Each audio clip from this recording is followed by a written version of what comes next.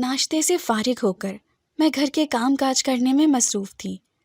آج اسلم گھر پر ہی تھا کیونکہ اس کی صحت کچھ خراب تھی، اسی لیے وہ کام پر نہیں گیا تھا۔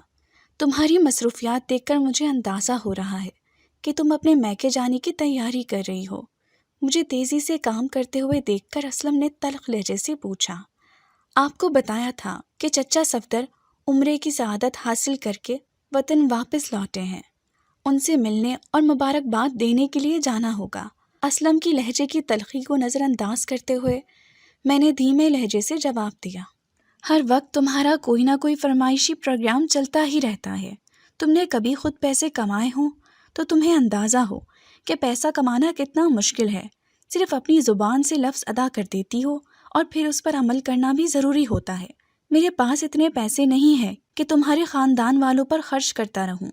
میری بات سننے کے بعد اسلم انتہائی غصے میں آ گیا اور بھڑکتے ہوئے لہجے میں کہنے لگا، آپ کو میرے خاندان پر پیسے خرچ کرنے کی کوئی ضرورت ہی نہیں ہے۔ میں نے ایسا کب کہا ہے؟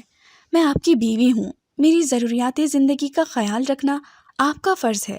حسب معمول میں نے اسلم کو سمجھانے کی کوشش کرتے ہوئے کہا، میرا کوئی فرض نہیں ہے، اللہ تعالیٰ بہتر جانتا ہے کہ وہ مجھے کتنا رزق عطا کرتا ہے اور میں تم پر کتنا خرچ کرتا ہوں۔ سارا دن دھوپ گرمی میں جلتا رہتا ہوں۔ اینٹوں کے پٹھے پر کام کرنا کوئی آسان بات نہیں ہے، جبکہ تمہاری تو ضرورتیں ہی پوری نہیں ہوتی۔ اسلم شدید غصے میں آ چکا تھا، اسی لیے مجھے ہی برا بھلا کہنے لگا۔ میں نے خاموشی اختیار کرنے میں ہی عافیت سمجھی، کیونکہ میں اچھی طرح سے جانتی تھی کہ اگر اسے مزید غصہ آ گیا تو وہ مجھے جانے سے منع کر دے گا۔ آج میں نے اسلم کی پسند سے دن کا کھانا بنایا تھا تاکہ اس کا موڈ خوشگوار ہو جائے۔ تم میری بات کیوں نہیں مان لیتی؟ یہ کوئی اتنی غلط یا بری بات بھی نہیں ہے۔ کھانا کھانے کے دوران امید بھری نگاہوں سے میری طرف دیکھتے ہوئے اسلم نے کہا، مجھے سمجھ نہیں آتی تم ایک ہی بات کے پیچھے کیوں پڑ جاتے ہو؟ جب میں نے منع کر دیا ہے تو پھر بار بار کیوں کہتے ہو؟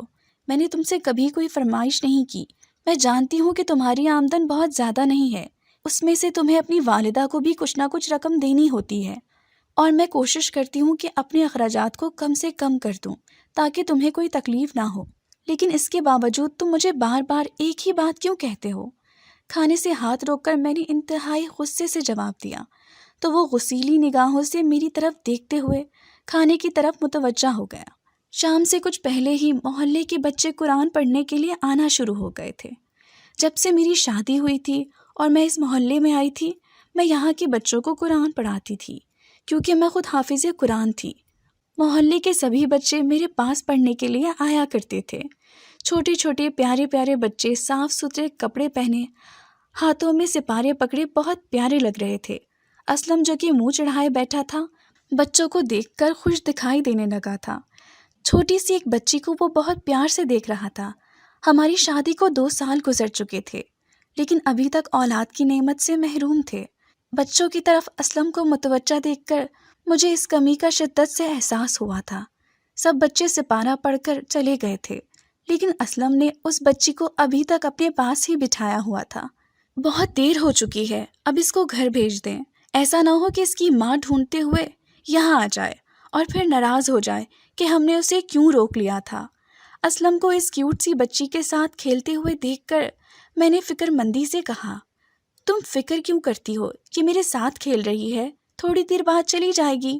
لاپرواہ انداز سے اسلم نے جواب دیا، لیکن میں فکر مند ہو رہی تھی کیونکہ سب بچے پڑھ کر جا چکے تھے۔ میرے بار بار کہنے پر اسلم نے اس بچی کو بھی جانے کی اجازت دے دی۔ تم سارا دن گھر میں اکیلے کیسے گزار دیتی ہو؟ میں تو طبیعت خراب ہونے کی وجہ سے آج کام پر نہیں گیا تھا، لیکن سارا دن گھر میں گزار کر مجھے ایسا لگ رہا ہے کہ میں اور زیادہ بیمار ہو گیا ہوں۔ تم کیسے اکیلی پڑی رہتی ہو؟ میں رات کا کھانا بنا رہی تھی جب کچن میں آ کر انتہائی بیزار لہجے سے اسلم نے کہا، میں خود کو گھر کے کاموں میں مصروف رکھتی ہوں، اس وجہ سے مجھے بوریت نہیں ہوتی۔ آپ تو سارا دن بستر پر لیٹے رہے، شاید اسی وجہ سے آپ کو ایسا محسوس ہو رہا ہے۔ شاید تم ٹھیک کہہ رہی ہو، لیکن ہم 2 ہی تو افراد ہیں، ہمارے گھر میں کرنے کے لیے کتنا زیادہ کام ہو سکتا ہے۔ تم ایک بار پھر سوچنا اور میری بات سمجھنے کی کوشش کرنا۔ آج کل کی اس مہنگائی کے دور میں ایک شخصی کمائی سے گھر نہیں چل سکتا۔ اسلم نے ایک بار پھر اپنی بات دہراتے ہوئے کہا، اور میرا جواب سنے بغیر کچن سے باہر چلے گئے۔ صبح اسلم کام پر چلا گیا۔ اسلم نے ایک بار پھر اپنی بات دہراتے ہوئے کہا، اور میرا جواب سنے بغیر کچن سے باہر چلا گیا۔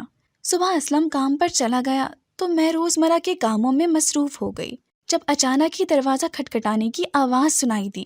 عموماً اس وقت کوئی نہ کوئی مانگنے والی ہی دروازے پر ہوتی تھی، لیکن میں نے پھر بھی دروازہ کھول کر دیکھ لیا، کیونکہ میں کسی بھی فقیر یا فقیرنی کو خالی ہاتھ نہ جانے دیتی تھی۔ دروازہ کھول کر دیکھا تو میں حیران رہ گئی۔ اسلم کی امی دروازے پر کھڑی تھیں۔ انہیں دیکھ کر مجھے حیرت ہوئی تھی، کیونکہ انہوں نے اپنے آنے کی کوئی اطلاع نہ دی تھی۔ وہ اپنے بڑے بیٹے عابد کے ساتھ دوسرے شہر میں رہتی تھی۔ جلدی سے انہیں کمرے میں لے آئی۔ وہ بہت تھکی ہوئی دکھائی دے رہی تھی، اس لیے انہیں بستر پر بٹھا کر کچن سے پانی لے آئی۔ بہت عرصہ ہو چکا تھا تم دونوں میاں بیوی مجھے ملنے کے لیے نہیں آئے، تو میں نے سوچا کچھ دن تم دونوں کے ساتھ گزار لیتی ہوں۔ پانی پینے کے بعد اماں نے مسکراتے ہوئے اپنے آنے کی وجہ بتائی۔ آپ نے بہت اچھا کیا۔ آپ تو جانتی ہیں کہ اسلم کو کام سے چھٹی ہی نہیں ملتی، تو پھر ہم کیسے آ سکتے ہیں؟ خوش دلی سے میں نے جواب دیا۔ عابد کے گھر بھی سارا دن میں اکیلی ہی پڑی رہتی ہوں، اور دونوں میاں بیوی تو صبح کام پر جاتے ہیں اور شام کو واپس لوٹتے ہیں۔ تینوں بچے سارا دن اسکول میں اور شام ہوتے ہی ٹیوشن پڑھنے چلے جاتے ہیں۔ اب تنہائی میں میرا دل گھبرانے لگتا ہے، اسی لیے میں نے عابد سے کہا تھا کہ مجھے چند دن کے لیے اسلم کے گھر جانا ہے۔ اماں نے مجھے انتہائی دکھی لہجے سے کہا، یہ تو آپ بالکل ٹھیک کہہ رہی ہیں، سارا دن گھر میں اکیلے پڑے رہنا بہت مشکل ہوتا ہے، وقت ہی نہیں گزرتا۔ ان کی ہاں میں ہاں ملاتے ہوئے میں نے کہا، مجھے تو تم پر حیرت ہوتی ہے، تمہارا تو کوئی بچہ بھی نہیں ہے، پھر گھر میں پڑی کیا کرتی رہتی ہو؟ پڑھی لکھی ہو، تم بھی کوئی نوکری کر لو۔ اسلم بیچارہ تو مزدوری کر کے آدھا ہو گیا ہے۔ اپنے بیٹے کی ہمدردی کرتے ہوئے اماں نے کہا۔ ان کی بات کا جواب دینے کے بجائے میں کچن میں آ گئی تاکہ ان کے لیے کھانا تیار کر سکوں۔ ایک بات کی فکر مجھے کھائے جا رہی تھی کہ پہلے تو صرف اسلم مجھ سے اصرار کرتا تھا کہ میں بھی نوکری کروں، کام کروں، پیسہ کما کر لاؤں، اور اب اس کی اماں بھی آ گئی تھی۔ نہ جانے اب کیا ہوگا، نہ چاہتے ہوئے بھی مجھے ان کی بات ماننا پڑے گی۔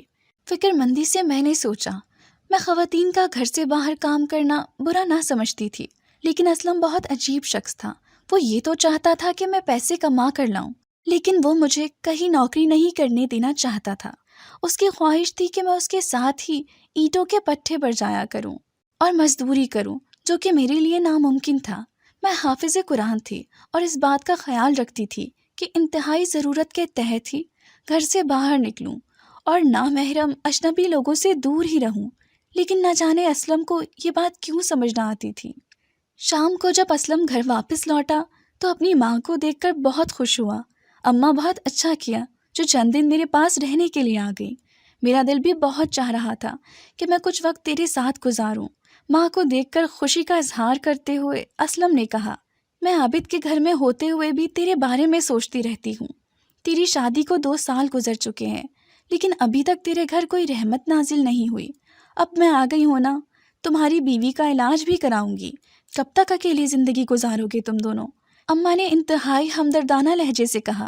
میں نے بے بسی سے ایک لمبی سانس خارج کی، کیونکہ میں خود بھی جانتی تھی کہ اسلم کو بچوں کی کتنی خواہش ہے، لیکن اس میں میرا کوئی اختیار نہ تھا۔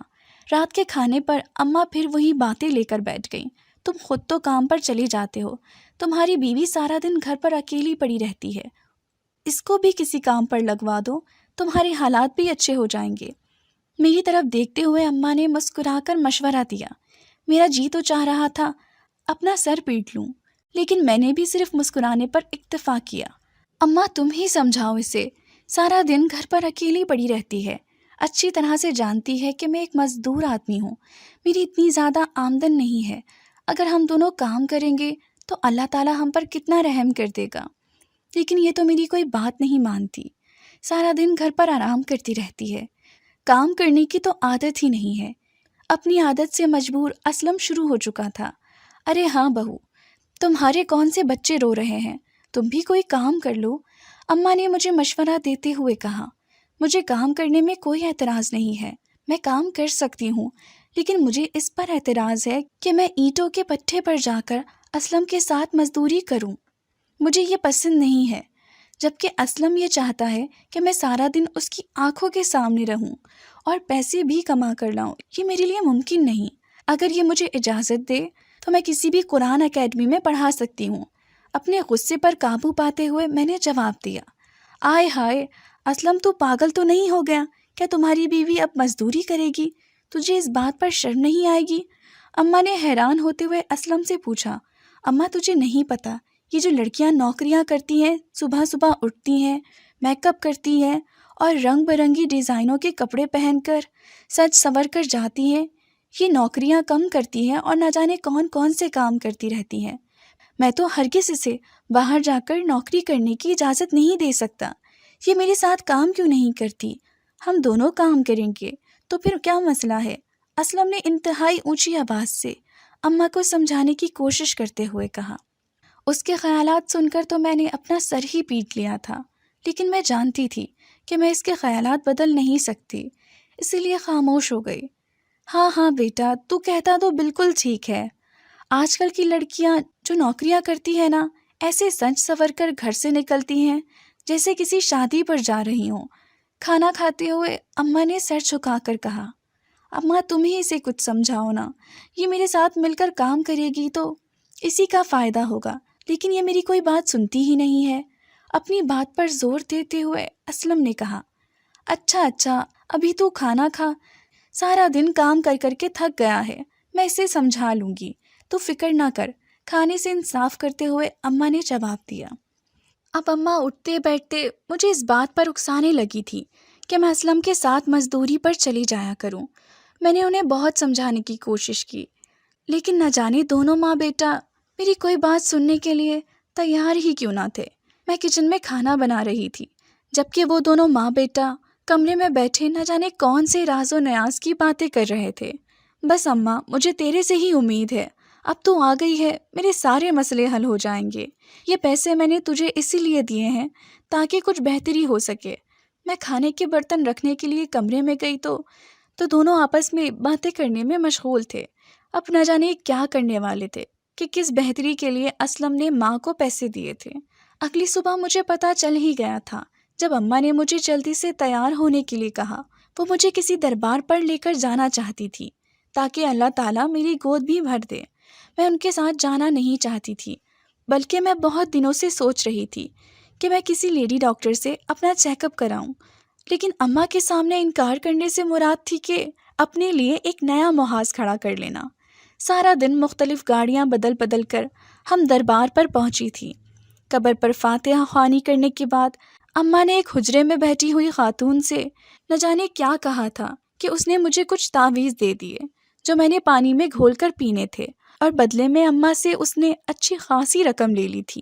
دن پر دن گزرتے جا رہے تھے، جو تعویذ اماں نے مجھے لے کر دیے تھے وہ بھی ختم ہو چکے تھے۔ ایک بار پھر اماں مجھے دربار پر لے جانے کے لیے تیار تھیں، تو میں نے انہیں دربار پر جانے کی بجائے ڈاکٹر سے چیک اپ کروانے کا مشورہ دیا، تو وہ حیرت زدہ رہ گئیں۔ لڑکی، مجھے تو لگتا ہے کہ تمہارا دماغ بالکل خراب ہو چکا ہے۔ کیا تجھے اللہ کے ولیوں پر کوئی اعتبار نہیں ہے؟ اسی لیے تو تجھ پر اللہ تعالیٰ اپنا کرم ہی نہیں کر رہا، تمہاری نیت میں ہی کھوٹ ہے۔ اماں نے مجھے برا بھلا کہنا شروع کر دیا تھا۔ ایسی بات ہرگز نہیں ہے، میں جانتی ہوں کہ اللہ تعالیٰ کے ولی بھی ہوتے ہیں اور میں درباروں کا احترام بھی کرتی ہوں، لیکن علاج کا حکم بھی تو اللہ تعالیٰ نے دیا ہے، اسی لیے ہمیں علاج پر بھی توجہ دینی چاہیے۔ اپنے اوپر لگائے جانے والے الزام کا دفاع کرتے ہوئے میں نے کہا، لیکن اماں نے میری بات نہ مانی، اسی لیے مجھے برا بھلا کہتے ہوئے گھر سے نکل پڑی۔ آج پھر وہی عمل کیا گیا تھا۔ دربار پر فاتحہ خوانی کے بعد عورت سے تعویذ لے کر آئے تھے۔ اماں کو آئے ہوئے 6 مہینے سے زیادہ کا عرصہ گزر چکا تھا، اور مجھے حیرت ہوئی تھی۔ میری شادی کے بعد یہ پہلا موقع تھا کہ اماں اتنے عرصے سے ہمارے ساتھ رہ رہی تھی، ورنہ تو وہ 2-3 دن سے زیادہ ہمارے گھر نہ رکتی تھی اور واپس اپنے بڑے بیٹے عابد کے پاس چلی جاتی تھی۔ میں ان سے پوچھنا چاہتی تھی، لیکن مجھے اندیشہ تھا کہ میرے پوچھنے پر وہ کہیں ناراض نہ ہو جائیں، اسی لیے میں ان سے نہ پوچھ سکی۔ لیکن میں جانتی تھی کہ وہ کسی مقصد کے تحت یہاں پر آئی ہوئی ہے۔ رات کا نہ جانے کون سا پہر تھا، جب میری آنکھ کھلی تو یہ دیکھ کر میں حیران رہ گئی کہ اسلم کمرے میں موجود نہ تھا۔ میں اپنے کمرے سے باہر نکلی تو اماں کے کمروں سے باتوں کی آوازیں آ رہی تھی، جس کا مطلب تھا کہ اسلم اور اماں باتیں کر رہے ہیں۔ مجھے بہت حیرت ہوئی کہ اس وقت وہ دونوں کیا باتیں کر رہے ہیں۔ دبے قدموں چلتے ہوئے میں دروازے پر آ کر رک گئی۔ میں نے تو تیری بیوی کا بہت علاج کروا لیا، کیا دربار کیا ڈاکٹر، کچھ بھی نہیں چھوڑا، لیکن شاید اس عورت کی قسمت میں اولاد ہی نہیں ہے۔ اب تجھے ہی کچھ اور فیصلہ کرنا پڑے گا، اماں نے انتہائی دکھی لہجے سے کہا۔ اماں کے اس ڈرامے پر میں حیران رہ گئی۔ وہ کتنی صفائی سے جھوٹ بول رہی تھی، ایک بار بھی کسی ڈاکٹر کے پاس نہ لے کر گئی تھی۔ تو ہی بتا کہ میں کیا فیصلہ کروں، انتہائی افسردہ لہجے سے اسلم نے پوچھا۔ تجھے پریشان ہونے کی یا دکھی ہونے کی کوئی ضرورت نہیں، تیری ماں زندہ ہے، مجھے اللہ کے گھر سے پوری امید ہے کہ وہ تجھے خوشیاں ضرور دے گا، اماں نے اس کی دلجوئی کرتے ہوئے کہا۔ پتہ نہیں اللہ تعالیٰ کب مجھے خوشیاں دے گا، اتنا پیسہ تو لگا دیا، ابھی تک کوئی خوشی نہیں ملی۔ اسلم کے لہجے میں افسردگی برقرار تھی۔ تو دل چھوٹا نہ کر، اس مسئلے کا بھی کوئی نہ کوئی حل نکال لیں گے۔ تو مرد ہے، تجھے اللہ تعالیٰ نے 4 شادیوں کی اجازت دی ہے، تو پھر اس کے گھر اولاد نہ ہوئی تو میں تیری دوسری شادی کروا دوں گی۔ میں ابھی زندہ ہوں، تجھے پریشان ہونے کی ضرورت نہیں ہے۔ اماں نے چٹکیاں بجاتے ہی اس مسئلے کا حل نکال لیا تھا۔ دروازے سے باہر کھڑی ان کی باتیں سنتے ہی میری حالت خراب ہو رہی تھی۔ میں سوچ بھی نہ سکتی تھی کہ بظاہر سادہ نظر آنے والی عورت اتنی چلاک ہوگی۔ کتنے آرام سے مجھے اسلم کی زندگی سے الگ کر رہی تھی۔ خاموشی سے میں اپنے کمرے میں واپس آ گئی۔ میں سوچ بھی نہ سکتی تھی کہ اسلم کی اماں مجھ پر چھپ کر وار کریں گی۔ میں تو ان کا بہت احترام کرتی تھی، وقت پر ان کے لیے کھانا بناتی اور ہر چیز کا خیال رکھتی، لیکن نہ جانے انہیں مجھ سے کیا مسئلہ تھا۔ میں نے اسلم سے 2 ٹوک بات کرنے کا فیصلہ کر لیا، لیکن میں کسی اچھے موقع کے انتظار میں تھی۔ بہت دن گزر چکے تھے، اماں مجھے دربار پر نہ لے کر گئیں، اور میرے بار بار کہنے پر بھی مجھے کسی اچھے ڈاکٹر کے پاس بھی نہ لے کر گئیں۔ میں ان کی سازش کو اچھی طرح سے سمجھ چکی تھی۔ شام کو جب اسلم گھر واپس آ جاتا تو میں جان بوجھ کر زیادہ دیر تک ان دونوں کو اکیلے نہ بیٹھنے دیتی اور ان کے درمیان میں جا کر بیٹھ جاتی۔ میں جانتی تھی کہ اماں اسلم کو مجھ سے بدظن کرنے کی کوشش کرتی رہتی ہیں۔ اسلم تو اپنی ماں کے بارے میں ایک لفظ بھی برداشت نہ کر سکتا تھا۔ آج صبح سے ہی میری طبیعت کچھ خراب تھی، بخار اور جسم میں درد ہو رہا تھا، اس لیے کام کرنے کے بجائے آرام کرنے لگی۔ اماں نے بھی مجھ سے کوئی کام کرنے کا نہ کہا تھا۔ شاید انہیں بھی اس بات کا اندازہ ہو چکا تھا کہ میری صحت بہت خراب ہے۔ صحت کی خرابی کے دوران ہی میں نے شام کا کھانا بنایا تھا، کیونکہ میں اچھی طرح سے جانتی تھی کہ اسلم گھر آنے کے بعد سب سے پہلے کھانا ہی کھاتا ہے۔ مجھے شدید تھکاوٹ اور سر درد محسوس ہونے لگا تھا، اسی لیے کھانا بنا کر میں کمرے میں آ گئی۔ اسلم نے میری حالت دیکھی تو مجھے آرام کرنے کے لیے کہا۔ میں آپ کو اور اماں کو کھانا دے کر ہی آرام کر سکتی ہوں، آپ اماں کے کمرے میں چل کر بیٹھیں، میں کھانا گرم کر کے لاتی ہوں۔ اسلم کی فکر مندی پر میں نے مسکراتے ہوئے کہا، تم کیوں فکر کر رہی ہو؟ میں ہوں نا، میں اپنے لیے اور اماں کے لیے کھانا گرم کر لوں گا، تم صرف آرام کرو۔ آرام نہ کرنے سے تمہاری صحت مزید بگڑ بھی سکتی ہے۔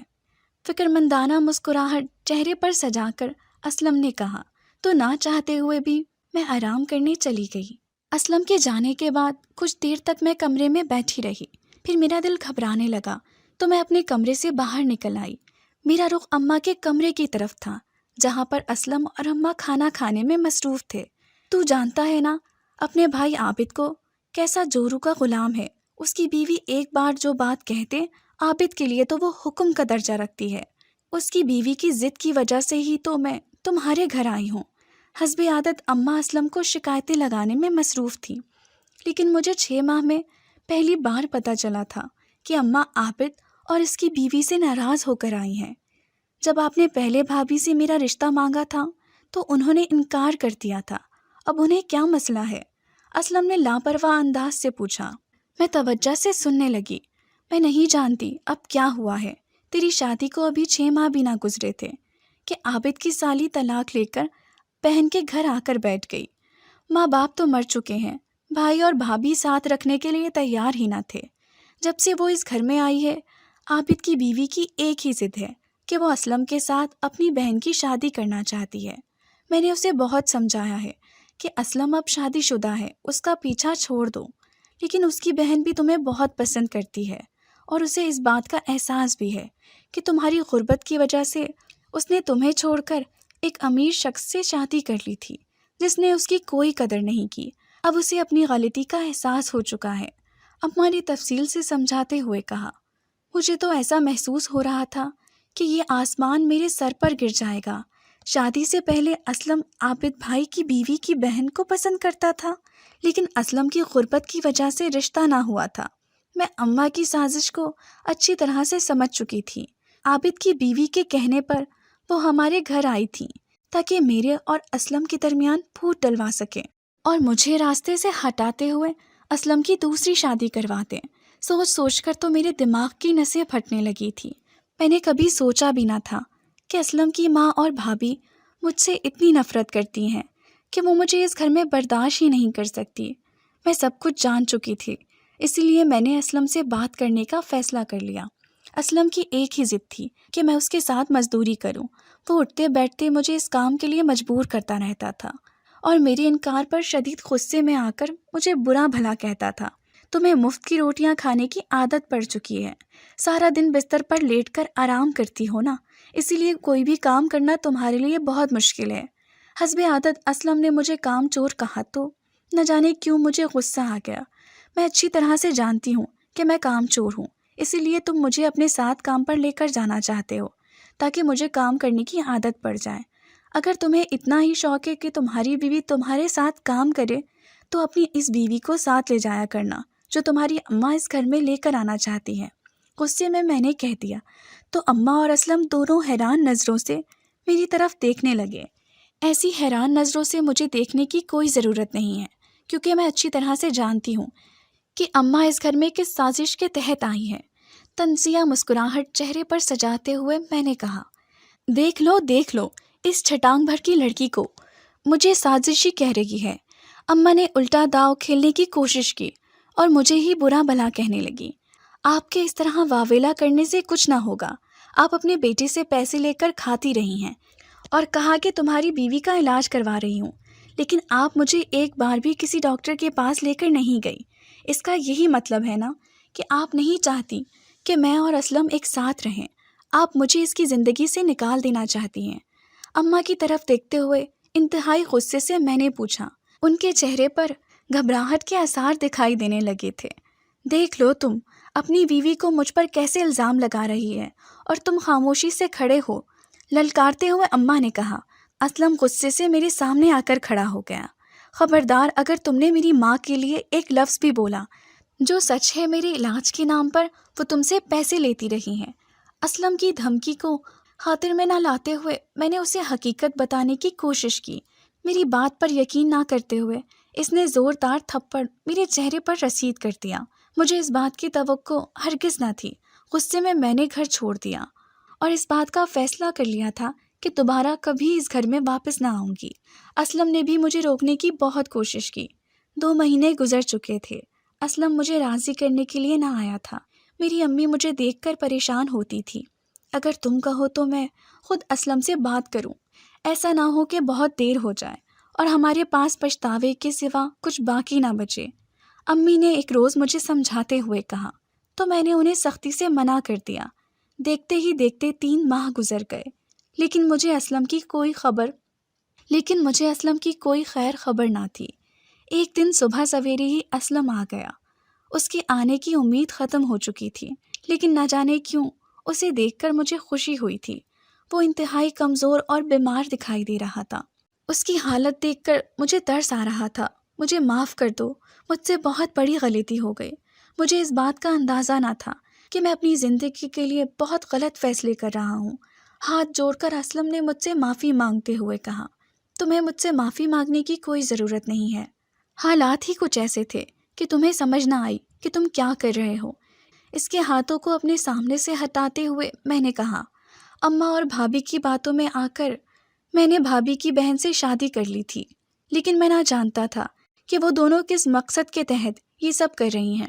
حق مہر میں اس نے انتہائی چالاکی سے مکان اپنے نام لکھوا لیا اور پھر ایک دن سوتے میں پیپرز پر میرے انگوٹھے کا نشان لگوا لیا۔ اب وہ کہتی ہیں کہ میں نے اسے طلاق دے دی ہے اور یہ مکان اس کے نام ہے۔ میرا اس گھر سے کوئی تعلق نہیں۔ اماں کو اور مجھے دھکے دے کر اس نے گھر سے باہر نکال دیا ہے۔ روتے ہوئے اسلم نے اپنی کہانی سنائی۔ میرے پاس کہنے کے لیے کوئی الفاظ نہ تھے، اسی لیے خاموشی سے بیٹھی رہی۔ کیا تم مجھے معاف نہیں کر سکتی؟ میں وعدہ کرتا ہوں تمہاری ہر ضرورت کا خیال رکھوں گا۔ میں تمہیں اس بات پر مجبور بھی نہ کروں گا کہ مزدوری کرو۔ اگر تمہارا جی چاہا تو کوئی کام کرنا، ورنہ گھر میں ہی رہنا، جیسے پہلے تم نے میرا گھر سنبھالا ہوا تھا۔ انتہائی امید بھری نگاہوں سے دیکھتے ہوئے اسلم نے کہا، تمہارے ساتھ جو ہوا ہے وہ تمہاری اپنی وجہ سے ہوا ہے، اس میں میرا کوئی قصور نہیں ہے۔ اپنی بے بسی کا اظہار کرتے ہوئے میں نے کہا، میں اچھی طرح سے جانتا ہوں کہ سب غلطی میری ہے۔ میں بہت کم ظرف انسان ہوں، تمہاری جیسی اعلیٰ ظرف عورت کو پہچان نہ سکا، اسی لیے تم سے معافی مانگ رہا ہوں۔ گھر میں اماں تمہارا انتظار کر رہی ہیں، وہ بھی تم سے معافی مانگنا چاہتی ہیں۔ ہم نے ایک چھوٹا سا گھر کرائے پر لیا ہے۔